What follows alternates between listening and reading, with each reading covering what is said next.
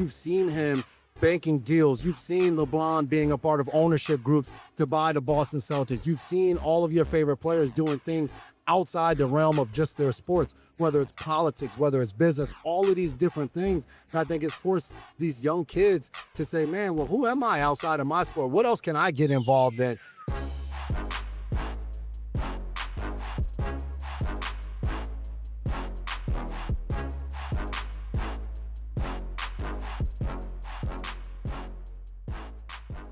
All right, we are back for another episode of Under the Number. Today, I am joined by Jason and Devin McCourty. Thank you guys so much for doing this, first of all. Yes, sir. Appreciate you having us. They really don't need an introduction. You know them from their 13 years in the NFL, 4 combined Super Bowls. Devin, Football Night in America, the most popular TV show in the United States. We got Jason calling games on CBS. These guys are everywhere. And they're also investors, philanthropists, and just killer ambassadors for the game. So it makes a lot of sense that we're here at the Pro Athlete Community Accelerate Conference. First question for you, given where you guys sit and all the wisdom and earned wisdom you guys had from your careers, we'll go one at a time. What is the question that you get most frequently from young players today? Oh, wow.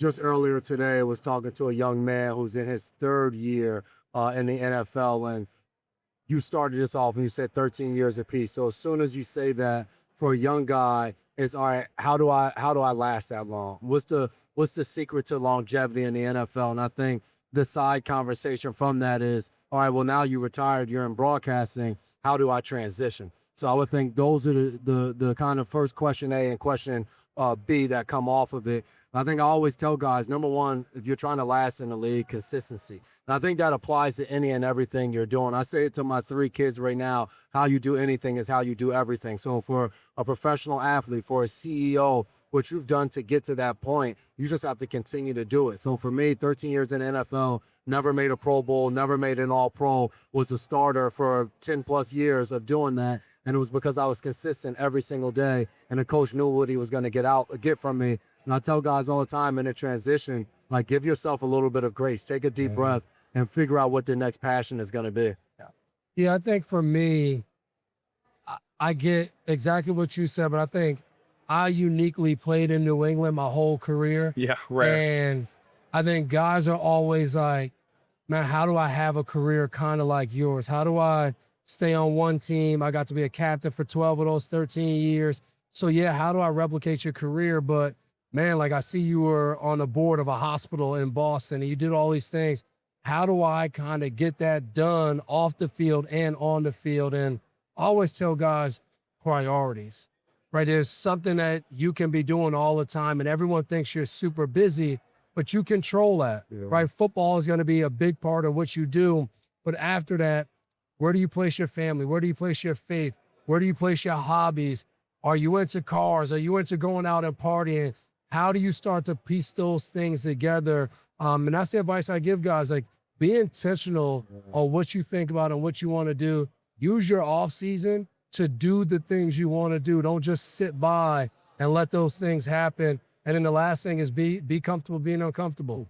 First time I joined the board, I was like, I joined it and we got ready for our first meeting. I was like, why the hell did I do this? I don't know how this goes. I don't know any of these people. None of them play sports. They all do all different things in life.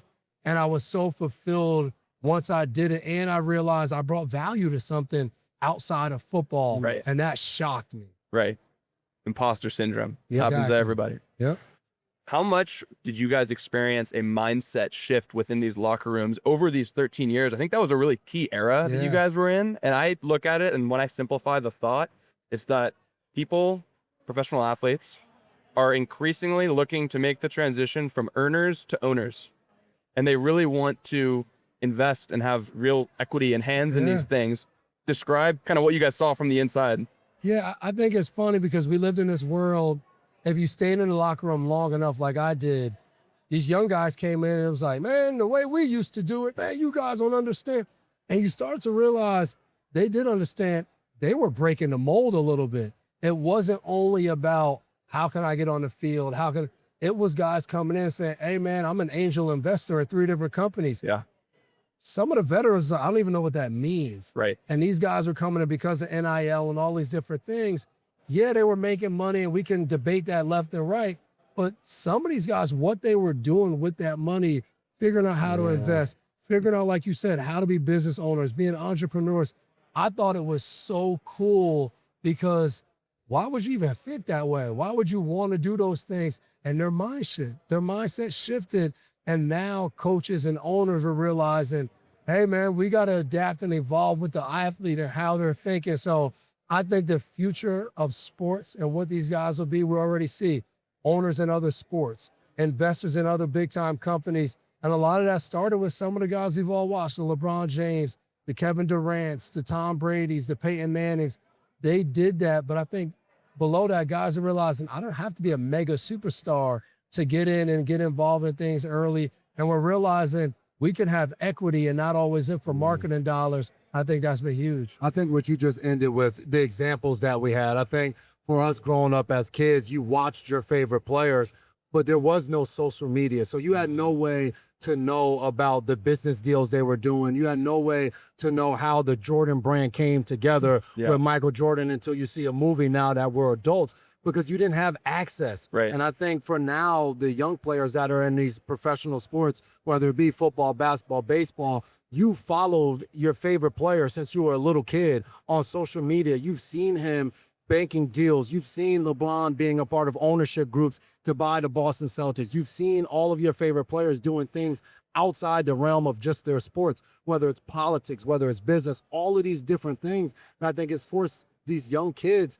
to say, man, well, who am I outside of my sport? What else can I get involved in? It's become more than just foundation work to give back in your community. It's now been a business aspect of it.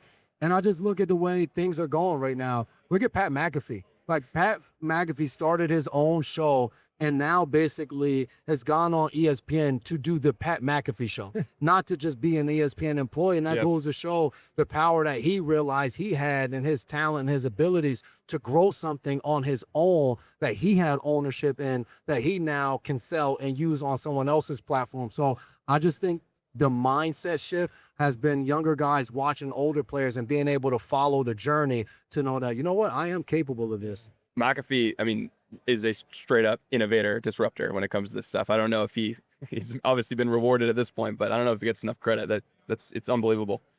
Talk about, so Chip was mentioning this earlier, and I've heard bits and pieces of this story from him. Both of you guys had these long, incredible careers, and yet, as the nature of being a professional athlete, retirement comes early at a young age anyway, and normally way earlier than for you guys. And even with all the success that you had, you still have what I've heard referenced as the black trash bag moment. Can you guys tell me about that? And then tell me about that maybe wandering or soul searching or that, figure it out period that comes in the years following. Yeah, I'll start because I think mine was a little bit tougher than his in a sense of I played for... I didn't have a trash bag. Yeah.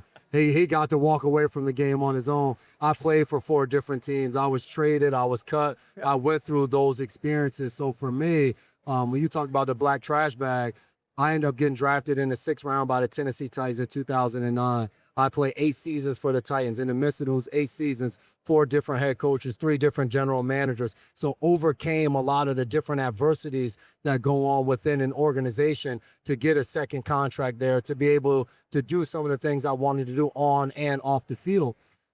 Going into my 9th year in that offseason, talking to the team, trying to figure out I was going into the last year of my contract. Hey, am I safe or what are you guys thinking? Oh, J-Mac, we love you. You're a monumental piece here, or we want to build here with you, blah, blah, blah. We get to 10 days before the draft, I'm released.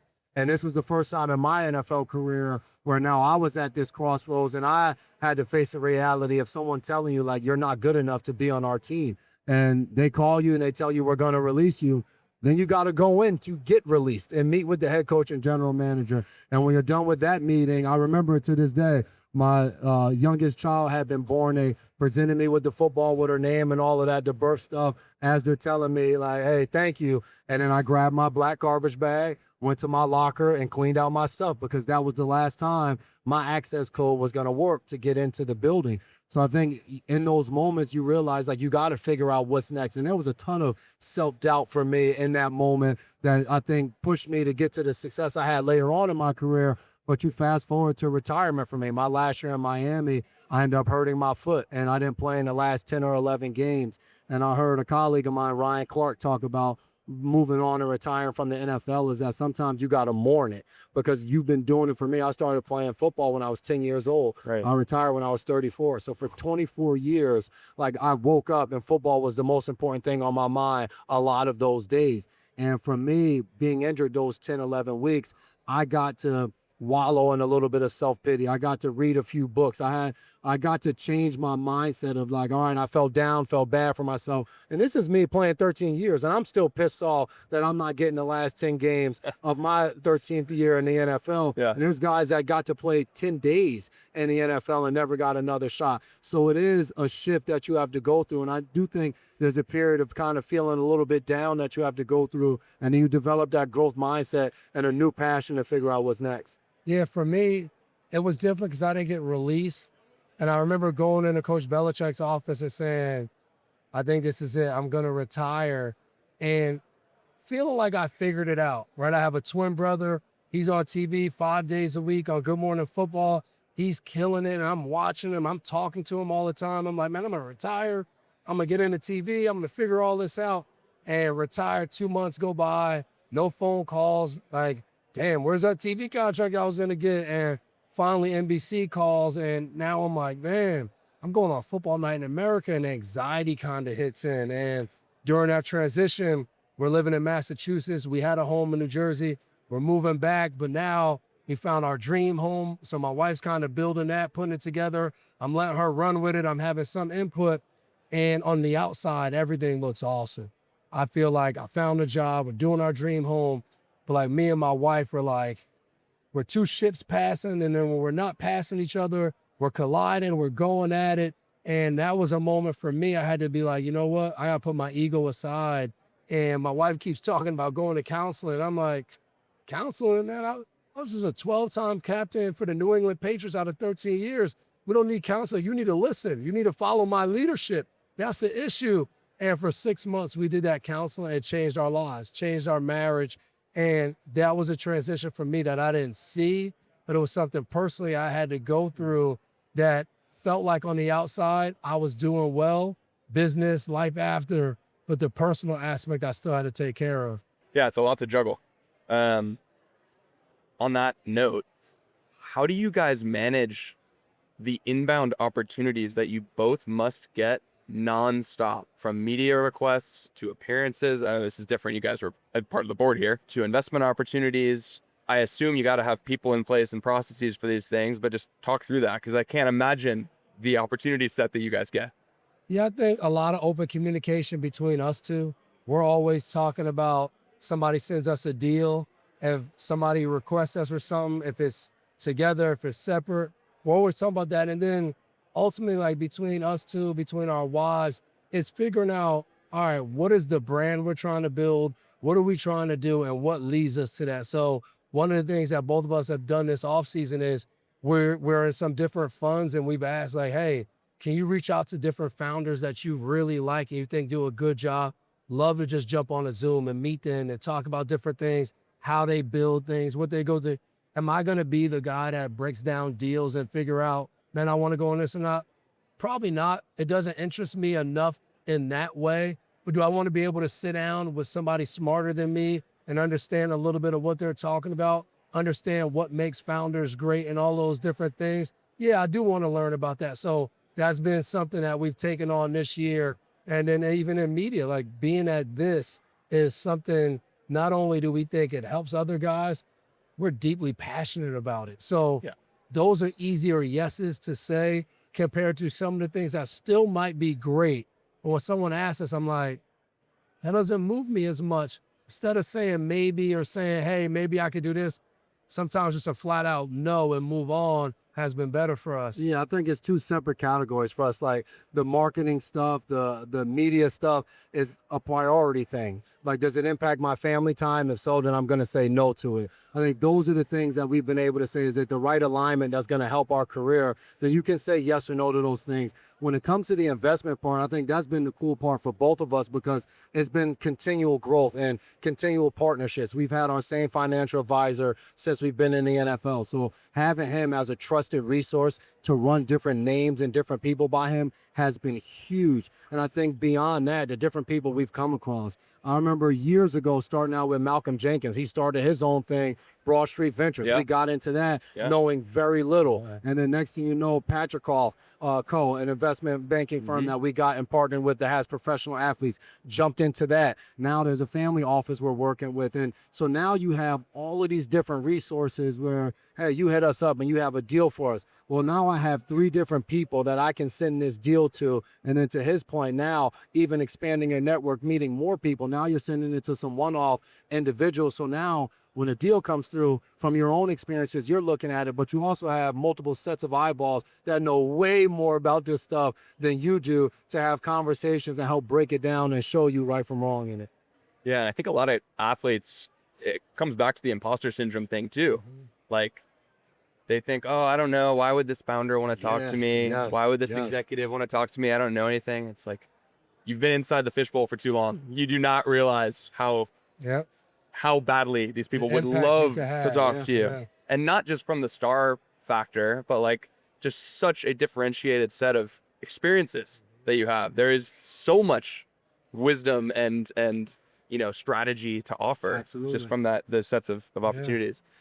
Talk a little bit, I know it's early, like just got off the ground a couple months ago. Talk a little bit about this Legacy 25. I want to hear just the teaser, the flyover. Yeah, it's really cool. Brian Hoyer, an old teammate in New England, was the one that started connecting a lot of the dots with kind of the investment piece of it with some of his former teammates. And there's some other guys in other sports as well. And we're all watching this NIL thing and what it's doing to college sports. And you're looking at it and you're like, well, how the hell are they going to keep up with being able to pay all of these athletes? So at some point, the venture part of it is going to come into play. So to your point, early on, but trying to become kind of disruptors in that field and seeing, hey, can we be able to partner with a school and be able to bring some value to you to help you raise money and be able to build it, to be able to pay the Devin McCourtys of the world that want to make all of this money to come in and play. So that's been the early part in saying, hey, from our perspective, we have a Devin McCourty, a Matthew Slater, and these type of guys that are here with us that can help you in whatever form or fashion you need from a football perspective, an athletic perspective, and seeing where the connections and how we can build on it. Yeah, and it's been cool because we're slowly already seeing it happen, and different schools are finding ways to get money from venture firms, and we're just trying to be on the forefront of it, and we're trying to use, like Jay said, our expertise in whatever way we can.